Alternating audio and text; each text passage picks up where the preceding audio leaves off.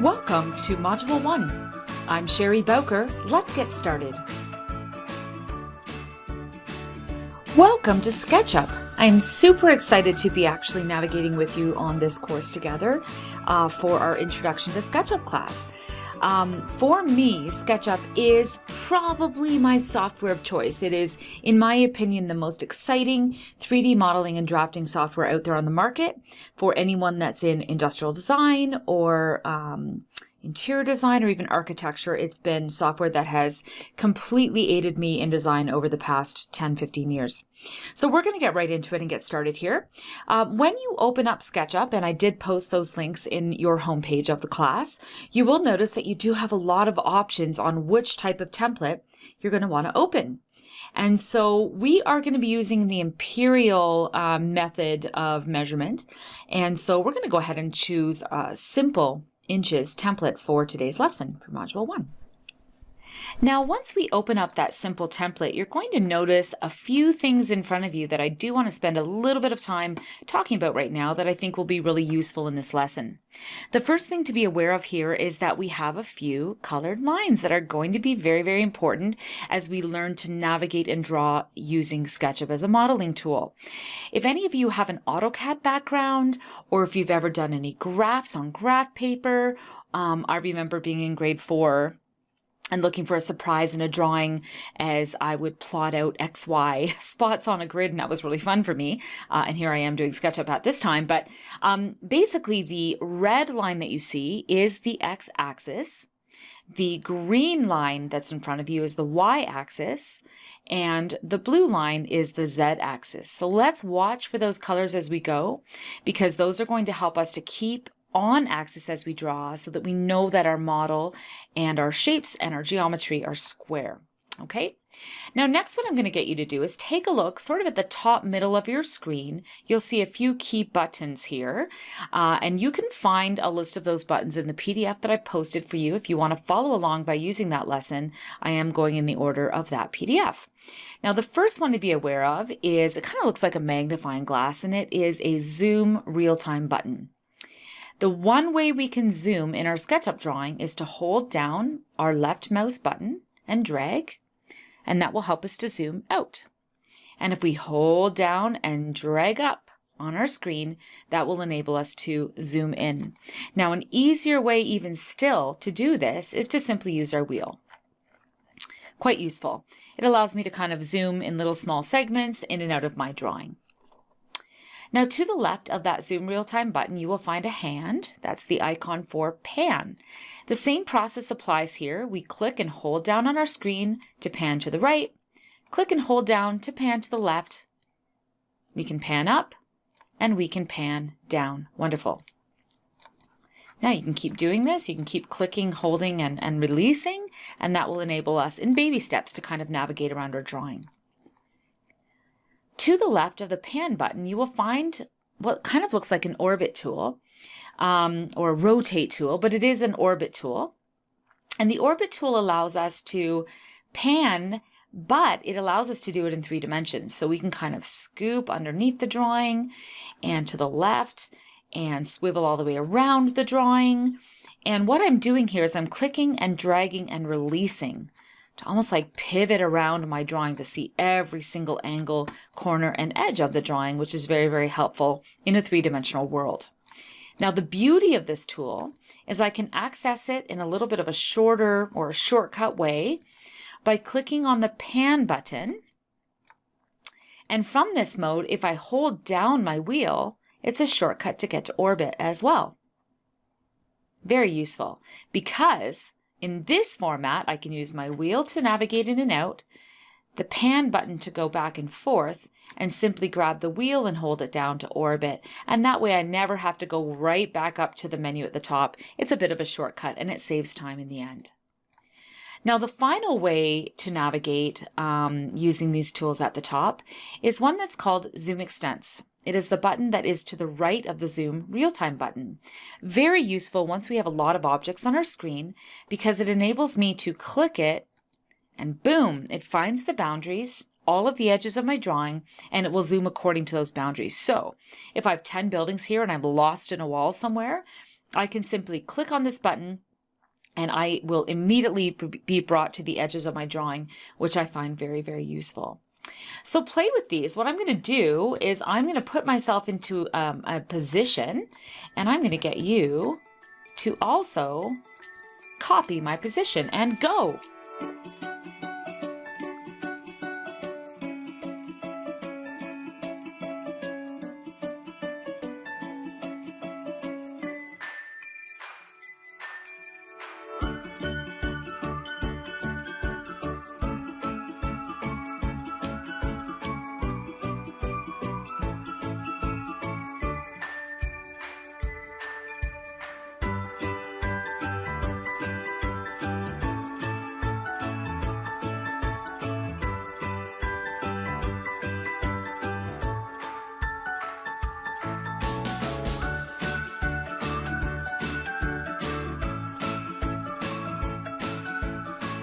Well, that was really well done. We are ready to move on, folks. Okay, we are moving now to the drawing commands. It's going to get good at this point. So I'm going to get everyone who's following along to just orbit to a position about like this. And that's going to make it quite useful for us to be able to draw and see what it is we're doing so that we don't get stuck too much. The other thing I want you to look for at the bottom right hand side of your screen, I'm circling it right now, is a little window called measurements. Now you can only see that little measurements window if your SketchUp window is maximized. So if you are working kind of half screen, what I want you to do right now is to maximize your screen and make sure that you can see that measurements window. Okay, let's begin our drawing commands. So at the top of the screen, towards the left, we will see a little pencil button. If for any reason you see a down arrow and you don't see that pencil, just kind of click that to make sure that you're in the line command, which looks like a pencil icon. Now to make sure that we can actually start drawing in this way, we do need to click that icon, and then we need to go ahead and click on our screen. Now, you'll notice that if I just click and hold on my screen, every time I let go, it just stops there, okay? So it is our habit to kind of click and hold. That's just a habit from Word or PowerPoint, and it's a bad habit because it doesn't work as well in SketchUp. And so what I want you to do is not do that, okay? So if you've drawn a few lines on your screen, I'm going to get you to either click on Control-Z, which is a way to undo them. I think most of us know that. You hit the Control key on your keyboard and then the Z key. The other way to erase those lines would just be to window around all of them and hit Delete. Or the other way to delete them would be to use this little eraser tool and click, click, click, and click. Okay, Control-Z is the easiest. Now watch as I draw lines differently this time.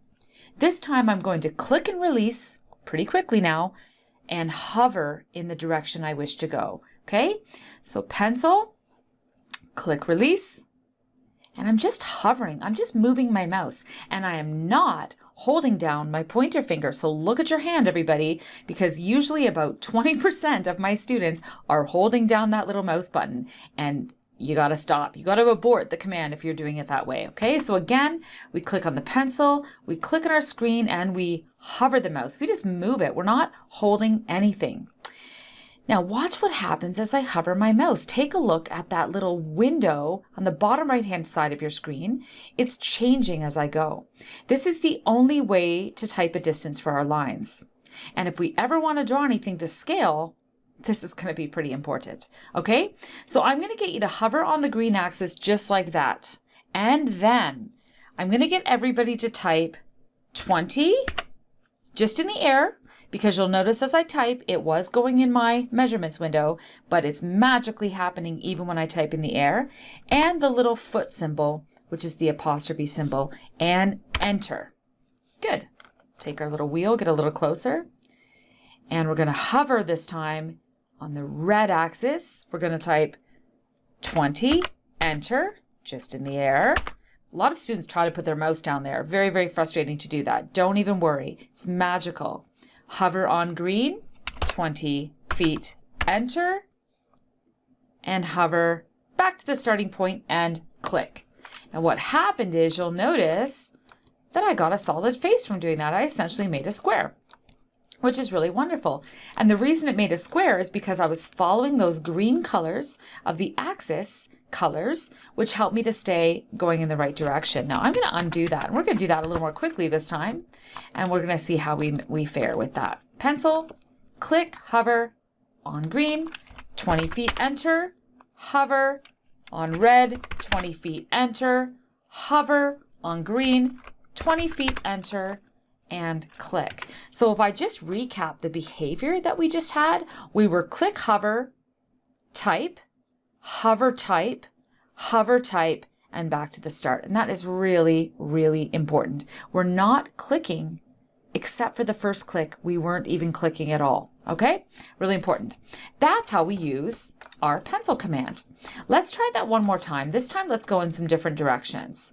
Let's make 20 feet the magic number. 20 feet, red, 20 feet, let's go green, 20 feet, red, 20, green, we'll go 40 feet, and back to the start. Okay, magical, very, very magical. Now here's a little something that you're going to want to write down in your notes in the section that I left for you in that PDF. Sketchup defaults to inches. So if I was to type 20, just like 20, you'll see that I get a very, very small line because Sketchup understands that as inches. So if you want it to be feet, you do need to type that foot symbol. That's very, very important, okay? Now, if you go to the top left-hand side of your screen, you'll see a black arrow. That is called our select tool. I can pick edges or faces by clicking on them. Now, because I drew a shape with lines, I have one solid shape here. But the beautiful part of drawing lines is I can continue to break this down from midpoint to the perpendicular point, and from this midpoint to another perpendicular point, and so forth. So the question becomes, how many times could I subdivide this one shape and turn it into several other shapes? Well, quite a few. And you'll see later on in this lesson how many objects, or how many objects can we make actually with a variety of surfaces like this. Okay? What I'd like everyone to do right now is to practice using your pencil command, practice using your erase command, and or select a line and hit the delete key if you like, or even try to hold down your mouse button and delete a whole bunch of things and give that a go. Okay, folks, we are going to move on now, and we are moving over to the rectangle tool. And this will open up a variety of possibilities for us as we begin to draw a lot of things that we'll be doing in this course. So the rectangle tool is pretty close by the pencil tool. It might be hiding underneath the circle, but generally speaking, it's to the left of the push-pull command. So let's go ahead and launch that. You'll find if you do hold down your mouse button on the rectangle, you can just click and drag an infinite number of rectangles, right? But it doesn't let you actually put the dimension in again, and that's because we're holding down that mouse button, which we're trying not to do anymore. So if you do want to type a distance for the rectangle, you do have to click and then hover and then type the distance for the red axis, comma, the distance for the green axis. Just in that order. It always goes red first, and then comma, and then green, no spaces. So what do I mean? Let's go ahead and click the rectangle tool, click a starting location and hover, and we're going to type 5 feet, comma, 5 feet, enter. And you'll notice that I have a shape, a square, that's precisely 5 feet by 5 feet. Let's try a different one. 5 feet, comma, 10 feet. Enter. And you'll notice that the 10-foot direction actually travels along the green axis. Okay? Now you can still draw rectangles from endpoint to endpoint or midpoint.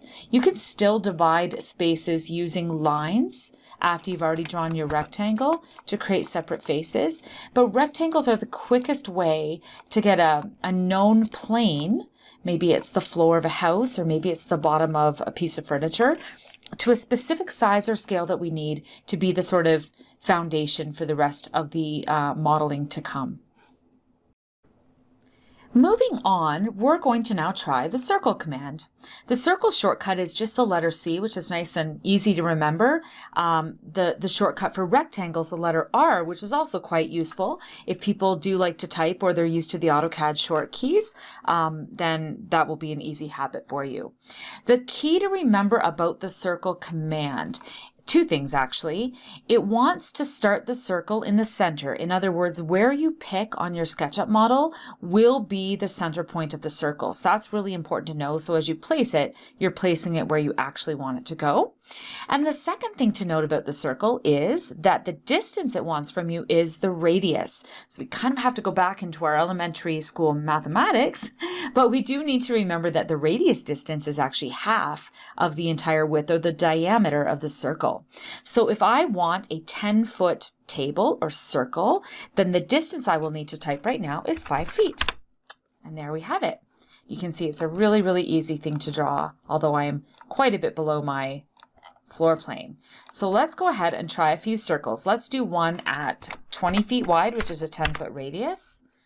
Let's do one at 6 feet in terms of radius, which is a 12-foot circle. And let's do a 3-foot radius just to give that circle a go. Quite easy.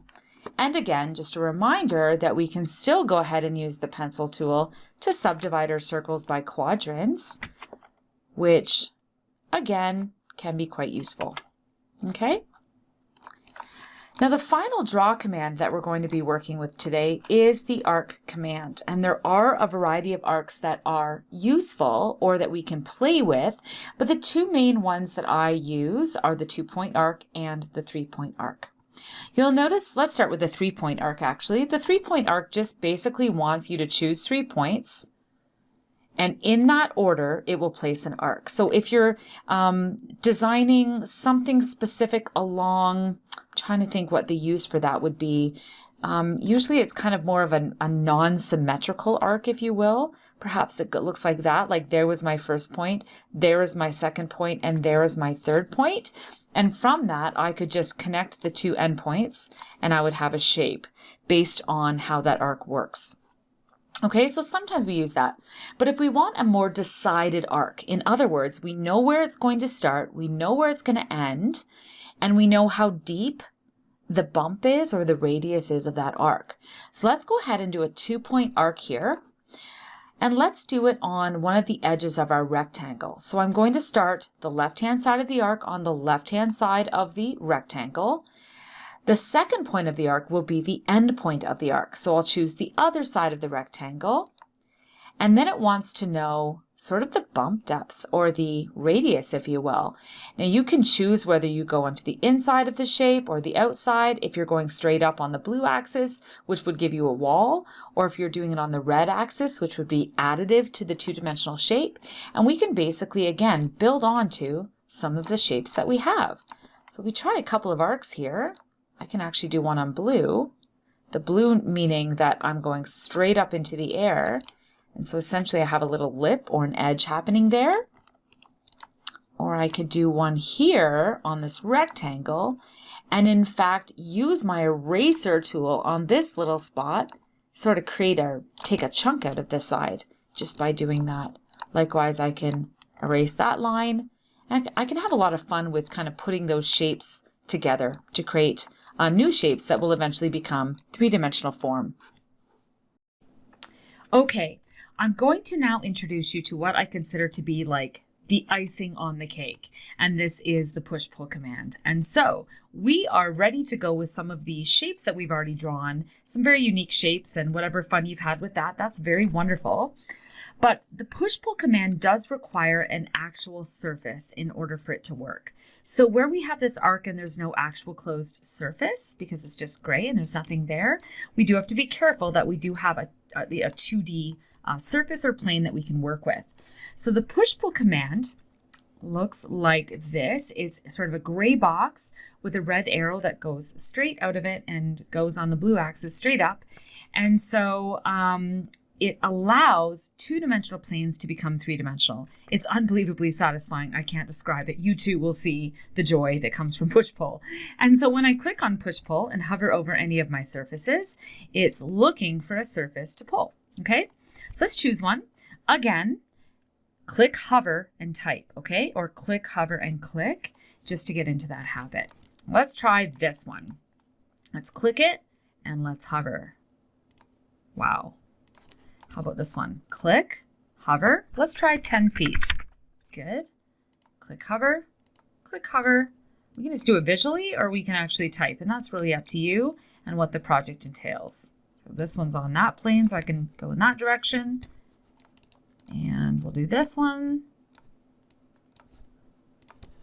And you can see how you can get really creative with this, which is really, really cool. But here's where it is even better, okay? So if I had a rectangle now on top of this shape, then I could push-pull it up. That's great. But what if I actually did another rectangle here?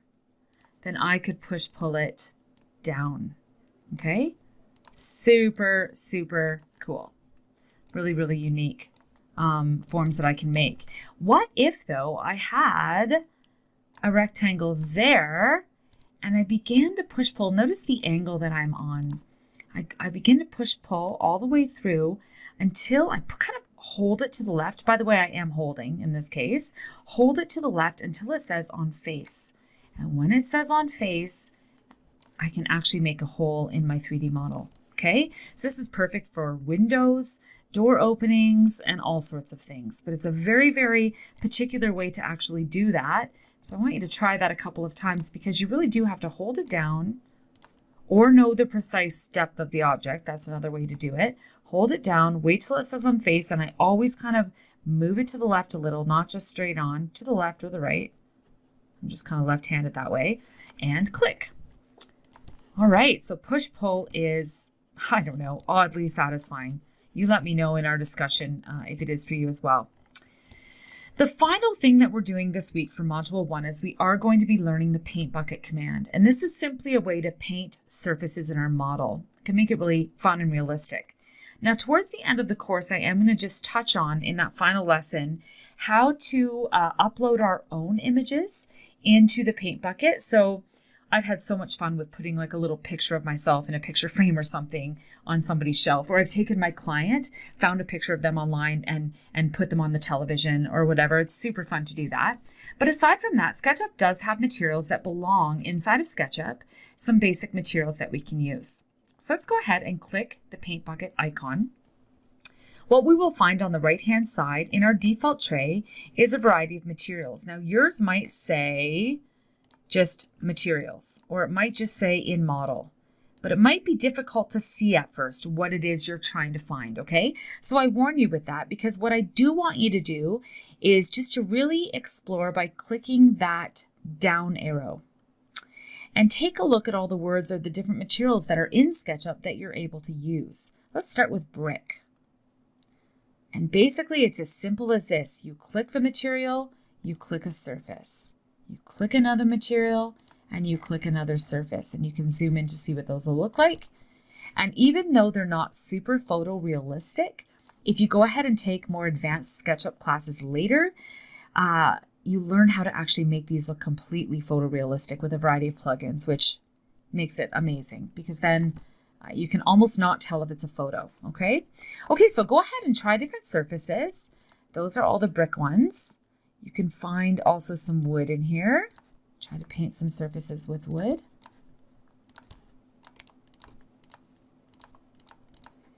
And if I don't like what I did, I can just paint right over top of it, and that's the beauty of it. Now here's a little note to write down about the material editor, and that is that, let's say I painted everything with this wood. I painted all my cabinets with wood, and then I'm like, you know what? I want a white kitchen now, let's say. And I painted everything wood, but I don't really want wood. So instead of have to go paint all of those surfaces again, you can go ahead and choose something. Let's say I want white or gray, and I can hold down the Shift key on my keyboard prior to clicking. And that enables SketchUp to find everything that is the wood, and it finds everything and repaints it with the new color. So it's just a really easy way to Shift select or Shift paint to find everything that is that finish, so it paints it all the same, okay? It's just a time saver in the end. It's really, really useful.